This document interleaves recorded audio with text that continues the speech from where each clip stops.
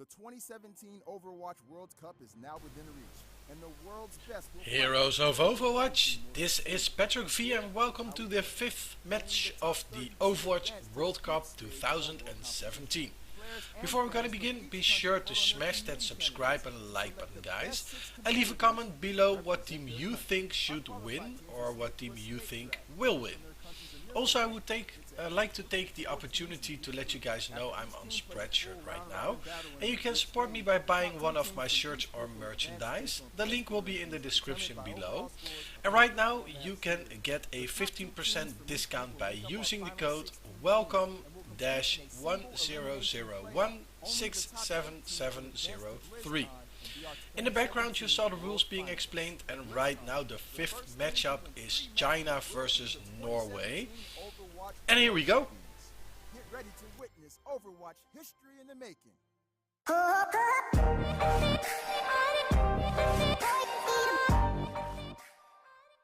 Thank you, Golden Boy. Doe and Monte Cristo here for Day 2 of the Overwatch World Cup. Day 1 was awesome. Day 2, man, we are starting things off with a bang, dude. China versus Norway, the Group A highlight matchup. Yeah, absolutely, and especially with how clean we saw China playing yesterday. In terms of their ult economy, ult management looked very on point, really chaining them together nicely, not over-committing to certain fights. They looked very, very polished, and because they are going to be the higher-seeded team coming in, they're going to get their first map choice, and it is going to be Hollywood, which is, it's going to be...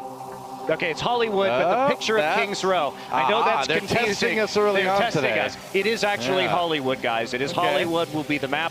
And that's not really a surprise because we saw China reach a 3-minute 50-second time bank by pushing their first 3 points on Hollywood yesterday. So they looked very confident on that map. Yeah, and as good as Norway looked, it is. There we go, there's Hollywood. As good as Norway looked, they are the team, too, that did drop that game to Hong Kong at the end. I believe that was on Route 66. So while they were definitely, I would say, the second best team we saw yesterday out of Group A, they're going to need to bring it up to the next level to be able to take China. Yeah, they are, but I think they have the tools to do it. We at least saw, I think, more diversity of compositions from Norway in yesterday's matches, even if they didn't look as polished in one style. China playing the dive, what you would expect in this meta, but I think we need to see more from them because as this tournament goes on, teams are going to get a read on teams that have less flexible compositions. That's right. We're about to get into it, guys. The players are loading onto the map. I'm excited, man. This is a matchup I was really looking forward to after yesterday, more than anything. China looking so good. And you know what?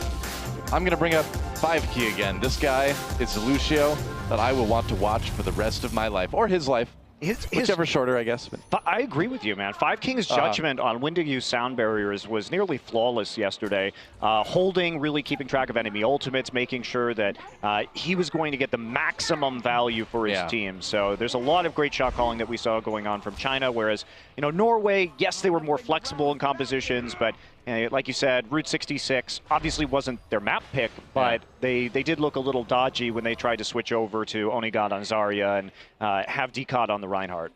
I'm getting the impression that security in Hollywood is not very tight in the future.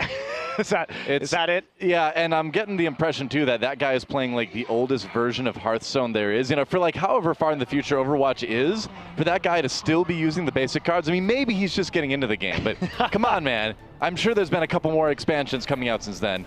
That's probably true. Maybe he's playing Wild, though. Yeah. Who knows? Looks like we got Norway on attack here. Could be Wild, you're right. Limited formats. Well, this is, it will be Norway's decision to attack first because China actually did select the map. Ooh, and we're going to see Pharah and Mercy. All right. Undead will be on the Soldier 76, though. Eileen playing the Sombra here on defense. So we'll see if Undead can deal with this problem they're going to have in terms of having this aerial duo firing into the point. So very slow approach right now. Yeah, we've got Undead on the Soldier, so they certainly do have a way to handle this Pharah. But if Norway is able to approach it cautiously, maybe get a pick or two, they can move on to the point. Trying now. Onigod just firing into the cafe. If he can at least force Undead off the high ground, they can get some purchase on it maybe. On the point right now. is China, and it's getting pretty hard to dislodge him. Aiko getting very low before he jumps out. It's just a lot of poke right now from both teams. Eileen already with that EMP, so poke successful for China, and also poke successful for Norway as we do see the res already up. So DCOD's going to fall, though. No, oh, he got the hack off onto Mercy. IPN going down anyway. Didn't have a chance to even get to that res. And Eileen just cleaning it up. Looks like China's going to hold Hollywood for the moment. I mean, you're going to be okay with that if you're Norway, because you did get the EMP out. Eileen only sitting at 33%. So this is where you can actually really come through it. They're going to switch IPN back over to the Zenyatta and only got over to the soldiers. So they just get rid of the res without even using it. Surprising. You know, I feel like they could have made at least one more try at it, but Norway, you know, being decisive about their comp changes. So we'll see how it works out. Trying to dive Undead on the high ground. They get the kill. Pulse Bomb comes out a little bit late, doesn't find anything, but Norway has the upper hand coming into this one. MG more or less untouched. Oh, and Yao Yao gets a nano boost along with that Primal Rage. IPN can't escape. And it looks like this push for Norway is in pretty serious trouble. That was actually a very good pincer attack from China. Yao Yao with the nano boost onto him, and then he basically herded everybody around the side, and there was a D.Va self-destruct at the other end of the corridor to pick up that kill. So Norway had the right idea. Orb of Discord on top of the cafe where the soldier was standing. They killed Undead early, but the response from China was just to all in with the nano boost. Well, this has been the really amazing thing about China, right? Is that they seem to handle pressure from all sides so well. As we sort of see Norway going in again, they've only got about 1:30 left. Aiko with the Dragon Blade has to spend a lot of time reflecting, gets taken down before he really gets any kills out of that, and China already cleaning this one up. A kill on IPN, that's a nasty split spawn that Norway's gonna have to deal with, especially if Trop goes down here, manages to survive, but that was a close call. Eileen doing so much work yesterday on the Genji. Is there any hero this guy's not amazing on? It's been pretty impressive, and China again just coming through using the bare minimum. They dive in, 5 King pops the sound barrier, and Norway, because of their swaps, has not really ever had an ult economy advantage. Here comes the EMP. Eileen waiting for an opportunity. DCOD going really deep. Pops a Primal Rage. I think he might have gotten stuck with the Pulse Bomb. Either way, the Primal Rage preventing him from taking too much damage. There's the EMP coming in immediately. IPN goes down, as you often see after that EMP gets popped.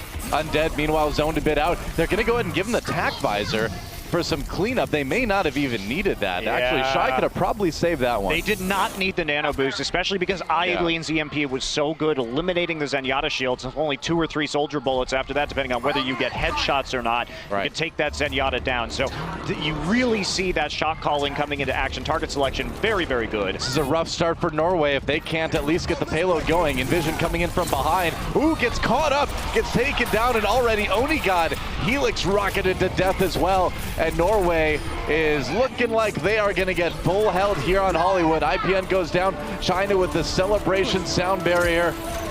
And that should be about that. I don't think Norway can get their reinforcements back in time. Aiko popping out of the D.Va suit right as the self-destruct goes off. Another EMP. And as Envision falls, that's going to be it. China with the full hold on Hollywood.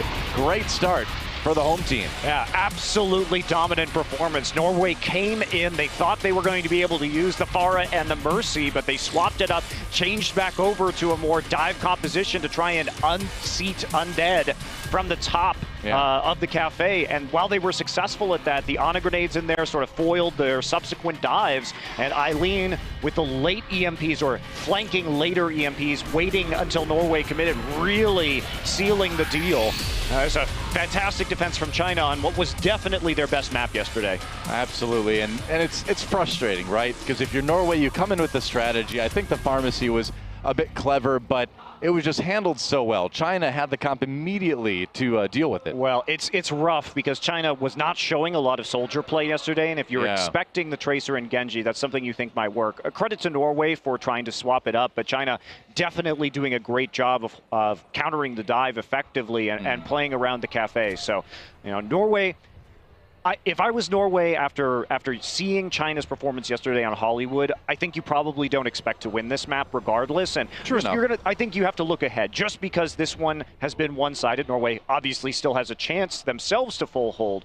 But just because this map was so one-sided, you look towards the future and say, all right, we're finally going to get a map we can pick up next and focus your efforts on that instead. That's right. So Norway on the defense now, China getting ready to attack, and they only need that first tick on the control point to win this map. Since Norway was full held. And I guess people are in harmony. We're in harmony. Our casting is always in harmony. That's right. We're the Zenyatta of casters. Well, IPN, speaking of that Zenyatta, has had some great... oh, he's so good, dude. Yeah, great one-shots on Tracer players, so he's been punishing peaks very well in his match so far here, so keep an eye on him and whether he's going to be able to contain Undead on this Tracer. China going for a very standard dive composition in this meta, and Norway going to be playing a very similar defensive style. Here comes the dive that they were expecting. Can they handle it? Oni got able to kind of push China back out of the cafe. Yao Yao does go down. Didn't get quite the support from the team he was looking for. Oh, but Eileen comes in. 2 kills already. Both supports eliminated, and Norway routed. That is going to be that, man. Aiko taken out as well, and, well, that's it. Well then, all right. That's a map of Overwatch, Doa. Doesn't get much quicker than that, does it? All right then, I guess Eileen decides he's not going to deal with any of these shenanigans. He's like, I'm just going to kill the supports. So the main difference when we saw the similar defensive styles with the Soldier 76 and the Ana in the cafe on Hollywood, when we saw Norway going in, they didn't have as much support, right? It was a less coordinated dive onto the second level. Sure. Whereas China right there... Oh, yeah, I'm clapping. You can't hear it, but I'm clapping. I'm so glad you're clapping, Doa. That's right. Nobody can see what you're clapping for. Oh, you're right. So. That did sound strange. Well, Lucio got play of the game. So they can't hear you clapping. That's why I'm clapping. They can't see you clapping, and they can't see the reason why you are clapping. What is the sound of a Noah clapping that is unseen as far as the reason goes? And on camera and unheard. My proudest moment right there. Thanks for sharing it with me, Should he even be clapping at all? That is it. So that's Hollywood. What do you know? So he was clapping for a Lucio play. I was. It was a Lucio play of the game. game. To see it, it was a good reason to clap. It's just unfortunately the fans out there couldn't share it with me. No, it's not my fault. But that dive that we saw coming in with the Winston and the Diva at the same time, it was just much, much more coordinated from China and able to easily unseat and take that point. So, but if you're Norway, you did have some strong performances on different maps yesterday, and Norway also only got to pick their first map because they sort of won through the rest of the series up until the last map as well. So this is going to be Norway's chance to see what they want to play when it comes to control and if they're going to, have a solid strategy.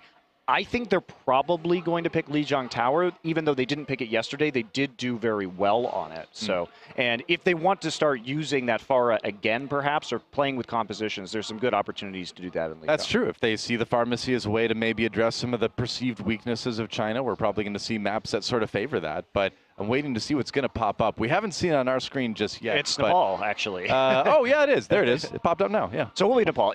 Another map where the points are quite different. You can use a variety of team compositions on them. There will be, I think, if they want to go back to the Zarya, some opportunities, even though I wasn't particularly impressed with those compositions from them yesterday. But I think that you're not going to beat China in a straight-up dive versus dive contest if you're Norway. It does seem that way. They've got a chance, though, to come back, and it's a big deal for Norway because the worst-case scenario for these guys in the tournament is that they would get like 4-0 or something, and then you have a real danger of Hong Kong able to take some games off Romania, which I think is totally possible, and then taking second place in that group. So Norway, I feel like they need to, at least go 2-2 here to really have a good chance of getting out. Norway already has the win versus Hong Kong, so even if they completely fold against China, they still have a chance to redeem themselves against Romania and go 2-1 in terms of victory and losses. So I think that it's not the end of the world if they don't go 2-2, and we'll just have to see if they can pull it back. So now finally, Norway actually gets a map selection beyond the first one, and what can they do with Nepal? And this is a map where we could see some more tanky compositions, depending on what our first point is going to be. If it is going to be Sanctum, you can run more Soldier, you can run more tanks. Right. Looks like it will be Shrine. Man, with the weather in Shanghai right now, I would love to be in those frosty, snowy mountains. It is so hot in Shanghai right now. Dude, if you include the humidity yesterday, in U.S. terms, it was about 117 degrees here. I know. It's been brutal. And most of those degrees are in the studio, too. It's hot. That's what I'm trying to say. It's hot, and it's humid. I want to go to Nepal. We're at least going to go there virtually as the attack begins. China in the blue this time, Norway in the red, and we are on Sanctum. Standard dive from both teams, although Onigod switching it up a bit on that Zarya. We've seen him play it before. Oh man, Decod with the early kill on Shy. Immediately, but the turnaround there as both Undead and Eileen get the flanks onto the back line. Eileen looking for some cleanup. Onigod trying to roast him. So low, just 7 health on Eileen right now. Has to back away, has to contend with the Ico. Can't quite do it. Dies to the dive. And Norway with a chance to take this point early, perhaps. Although losing Decod may give China a chance to fight back. Undead did go down as well. It has been such a brawl so far on Sanctum. Norway does claim the point, though, but can they hold it? Yeah, they should be able to hold it. Not going to quite land that pulse bomb. Initial kills definitely going in Norway's favor. And we are going to see the baby diva here. She still is desuited, so there's a bit of a moment here. There, finally the suit coming back for MG. That's right. China just trying to slowly make their way towards the point. And Undead did get the kill on IPM. Yeah, that could be good. They keep getting the backline pickoffs. The supports are having a lot of trouble staying alive on the Norwegian side. Oh, they're getting the front line too. They're getting every line at the moment, so Norway will have to give up that point. Looks like China's going to flip it. About 40%. Looks like it's going to be 37 at the end for Norway, so not a bad first hold on the point. Norway needs to play further back. So right now, if we watch where the Zarya shields are going from Onigod, they're mostly going on to Decod up in the front line so we can get some charge. But that's leaving the supports, the Lucio and the Zenyatta, very vulnerable to Eileen and Undead. Eileen just poking, nearly has that Dragon Blade ready to go. One more left click will do it. Or just waiting. There we go. And so what's he going to be able to do? The Transcendence comes out from China as they try to hold off Norway. Is this the moment? Ico waiting for it. He's got his Dragon Blade as well. Onigod does go down, so Norway short-handed here. They may have to back away. Soundberry used. They are committing. Defensive ultimates coming out for both sides as the Genji start to cut away at the supports. Five King does go down, but Eileen answering right back with a kill onto IPN. Looking for some more, but he's so low. Finally does go down. That pulse bomb, though, I believe, did pop MG out of his mech. At least he will be popped out now anyway. Norway trying to push forward with that primal rage. And Shy, put the orb on the diva! Put the orb on the diva! Oh, she got back in the map. She's okay. And Norway able to maybe flip the point. They've nearly got it, but as China jumps back in, now Norway's going to have to back away. It was a close fight, but Norway just couldn't flip it over. No, they couldn't, and they used basically everything. Both teams committing. Shy somehow getting nearly another Transcendence. That was the key ultimate that started that fight in the first place. Right. So doing a great job of adding the damage from the back line to see how far back he was, shooting the orbs at the Winston. Decod not surviving, so Onigod's going to have an amazing Graviton surge here for Norway to come back. Envision is very close to his pulse bomb. If they can get a big bang combo, maybe they can make it happen. Envision does get the kill on the Undead, who's just chilling by the health pack. Here we go. They've got the Transcendence as well. Shy had that one ready. Five King still did go down to the pulse bomb, but now Onigod in danger of dying to this diva. MG has tons of health. That's not going to work out. Beaten to death with the robot arm of Diva. Meanwhile, Envision backing away. China trying to hold this point, and Norway comes so close again, but it's 99%, and that will be it. China will take Sanctum. Onigod tried to pop that Graviton Surge. He did not think Shy was going to have another Transcendence up that quickly. It was really fast. But Shy was perfectly positioned to deal with the Graviton and turn that fight on its head. So only one Graviton coming down in that entire round. Backline focus. Norway needs to figure out a way to keep their supports consistently alive, because that's been the major problem. Yeah, and you know, I feel like China tastes blood in the water now. They know that they're having some success getting back onto the supports, and why stop now? They're just going to keep doing that for the rest of the series until Norway figures out a way to stop it. Yeah, absolutely they will. So we are going to be heading on to our second point, which will be Shrine here on Nepal. Yep. And a little bit more open this time. Norway still going to be sticking to that Zarya. So we'll watch where the bubbles go. Are they going on to Decod again? Undead going to be sneaking around the side. He's going to run into the main tanks, though, of Norway and have to back off. Envision trying to zone him out in the 1v1. There's the bubble. On to Winston. Yep. Bubble's gone now, though. IPN taken out by Eileen already. Again, Norway losing those supports to the dive from China. Aiko popped out of the Diva suit. Not a great start for Norway here on Shrine. Looks like China's going to be able to claim this one pretty early. And there goes Onigod, and that'll be about that. China getting the control percent building. This isn't working for Norway. Like, every time China sees the bubble go down, they're ignoring the Winston, they're falling back, and then they're getting a flank or a pincer attack off with their DPS onto the Norwegian supports. So they have to play more defensively, and they have to make sure that there are bubbles available, or somebody is in that back line. Yeah. To go ahead and protect Trump and IPN. That was a really sick absorb there on Undead's Pulse Bomb. That was a close call for Norway. They were really grouped up, rather. But Aiko is ready with the defense matrix. Yeah, I think your mind's somewhere else, Noah. I guess so. Mine back in the game there. No, Undead was trying to Pulse Bomb them, not something else. Eileen with 2 kills already, and yeah, I really don't think the Zarya is working out for Norway. And Onigod, you know, used to play a lot of the Diva, a lot of the Zarya, and when he moved over to that more DPS-centric role, I feel like he really started to shine. So I'm pretty surprised to see them actually tunneling on the Zarya pick quite a bit. And now we're in that situation again like we were on Sanctum, where they basically need to have a really good Graviton Surge combo to make the Zarya pick worthwhile at all. Yeah, but there's not a great Graviton Surge combo. I mean, they have the Big Bang at least coming up. That's it, right? And maybe the self-destruct if they're lucky, but Norway playing these triple tank comps is just getting picked apart by the mobility and the damage from the Chinese team. They're pretty close to 6 ultimates, so we'll see if they want to commit here. There's the sound barrier already. There's the Transcendence, so China using both support ultimates in this fight already. Trying to go in as Norway fights. There's a Graviton Surge. Envision used the Pulse Bomb early, so they couldn't do the combo. There is the bigger bang, though, and Aiko able to take out Yao Yao. Meanwhile, Eileen with the Dragon Blade. IPN and Aiko already going down. Oh, nice reflect into Envision.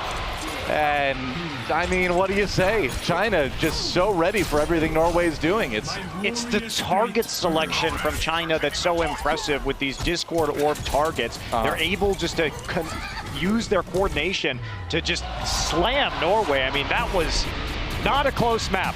And that was, I think, we look at Norway, that was their selection, and the triple tank just not really working out for them. And I mean, Eileen, damn. Yeah. Doing work. Well, Eileen, I mean, we've seen him do so good on basically every champion he's picked, and this is just another occasion for that. Dragon Blade, tons of damage, tons of death. Well, what's so impressive to me, Duh, is look at the timing there from Eileen. So what was going on in that room was the Graviton Surge and the self-destruct combo. Yeah. But he was just picking off people from the outside, and right as the Graviton Surge was going down, that's when the Dragon Blade was pulled, so he could clean up the fight and go into the corridor where he could get easy resets in order to help his team. So just the timing is so excellent from these Chinese players that it's very difficult to out-team fight them, and that's been Norway's trouble for sure.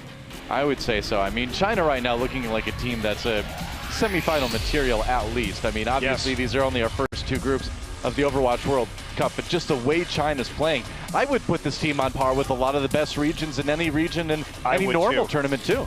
I mean, this is a very good team. There's no doubt about it. Absolutely. The consistency in their communication and execution has been world-class so far. And obviously, there was the question of, okay, they had a weaker opponent. They had the 32nd seed in Romania.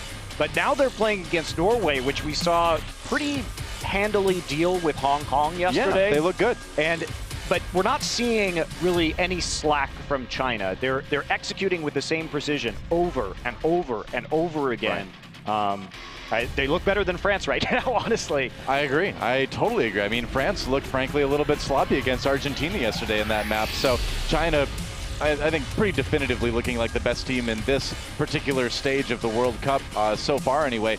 Norway, if they can tighten things up a little bit, if they maybe put Onigod back on the DPS, shift him off the Zarya, I think they're going to find more success. But we'll see.